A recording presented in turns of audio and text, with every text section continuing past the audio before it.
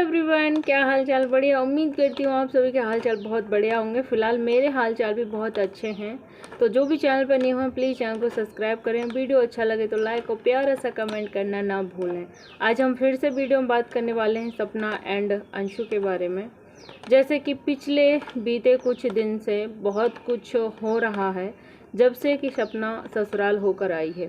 सपना ससुराल गई थी और वहाँ से आ भी गई। उसके बाद सपना को बाद में धक्के देके बाहर निकाला गया। तब शायद इसलिए नहीं निकाला गया क्योंकि जो सपना है वो कैमरे के साथ गई थी।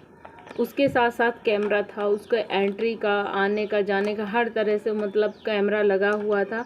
शायद इस वजह से उस सपना की एंट्री को नहीं रोका गया। और सपना कैमरे के साथ गई थी तो वो बिल्कुल सही गई थी ताकि कहीं कोई उसको निकाले ना, बाद में कोई बात ना बने, बाद में कोई दिक्कत ना हो इसलिए। लेकिन तब तो कोई दिक्कत नहीं हुई।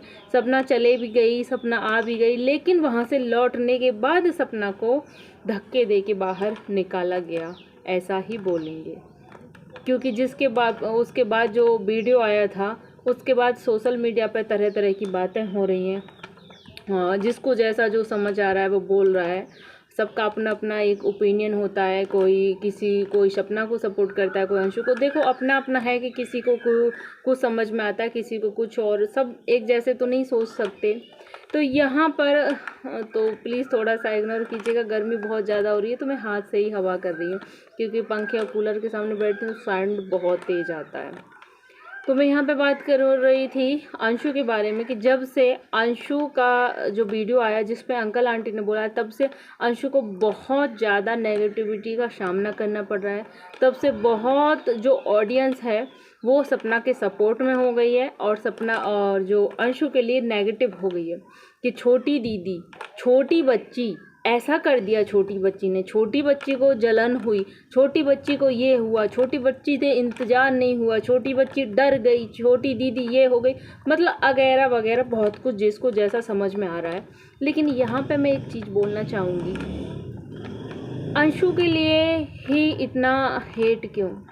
अंशु के लिए ही इतना नेगेटिव क्यों? कि अंशु ने वीडियो डाल दिया, कि अंशु को टेंशन हो गई घर पे आई, अंशु डर गई, या ये हो गया वो हो गया। तो मैं बोलूँगी, क्या वीडियो अंशु ने बिना अंकल आंटी की इजाज़त के डाल दिया? जिसमें जो मेन पर्सन बैठा था वो अंकल जी खुद बैठे थे। क्या अंशु उनको ज़बरदस्ती उनके मुंह में उंगली डाल के उनको निकलवा रही थी कि नहीं नहीं आप ऐसा बोलिए, पापा आया आप ऐसा बोलिए? या फिर अंकल आंटी दूध पीते बच्चे हैं कि जैसे जैसे अंशु ने बोला कि बहुत लोगों का ये है कि अंकल आंटी तब तो नहीं बोले, बाद में भड़काया, बाद में छोटी बच्ची ने ये किया, छोटी दीदी ने ये किया। तो क्या अंकल आंटी दूध पीते बच्चे हैं? क्या उनको समझ नहीं कि उनको क्या करना है क्या नहीं करना है? क्या जो भी छोटी बच्ची बोलती है उसी के इशारे पर ही अंकल आंटी नाचते हैं? कि छोटी बच्ची ने बोल दिया नहीं पापा आपको ऐसा नहीं करना चाहिए था, ऐसा करिए, नहीं आप ये वीडियो बनाई वो वीडियो। मुझे नहीं लगता कि उसके ही कहने से सब कुछ होता है। मुझे नहीं लगता कि अंशु ने ज़बरदस्ती वीडियो बनवाया है कि अंशु को ये हुआ वो हुआ। क्या उनका कोई अपना माइंड नहीं है? वो इतने तजुर्बेदार इंसान हैं, बड़े बुजुर्ग इंसान हैं, उन्होंने अपनी लाइफ में इतने उतार चढ़ाव देखे हैं, इतना सुख दुख, सुख का तो पता नहीं लेकिन उन्होंने दुख भर भर के देखे हैं और देख भी रहे हैं। तो इंसान को इतना अपने आप में इतना हो जाता है उम्र के हिसाब से। तो मुझे नहीं लगता कि अंशु जो बोल रही है, जो अंशु जो कर रही है, अंकल आंटी वही कर रहे हैं। अंशु ने अगर ऐसा बोला भी तो क्या अंकल जी को वीडियो बनाना चाहिए था? अंकल जी की खुद की वो पोतियां हैं, अंकल जी का खुद का वो खून है। क्या उनको समझ में नहीं आता कि हमारे लिए क्या सही है क्या गलत है, कि हम क्या कर रहे हैं, कि वो हमारी बेटियां हैं? अंकल जी ने फटाक से अंशु के लिए तो स्टैंड ले लिया कि उसको हमने 3 साल से रखा है, लेकिन उन बेटियों को वहाँ से धक्के दे के निकाल दिया कि वो कुछ भी नहीं है। और तब नहीं निकाला था क्योंकि तब कैमरा था, उनको अच्छा बनना था। उनको अच्छा बनना था, वो कुछ बोलते तो सपना कैमरे के साथ आई थी, बहुत बड़ा बवाल हो जाता ना, इसलिए नहीं निकाला, इसलिए उन्होंने बाद में ये सब कुछ किया।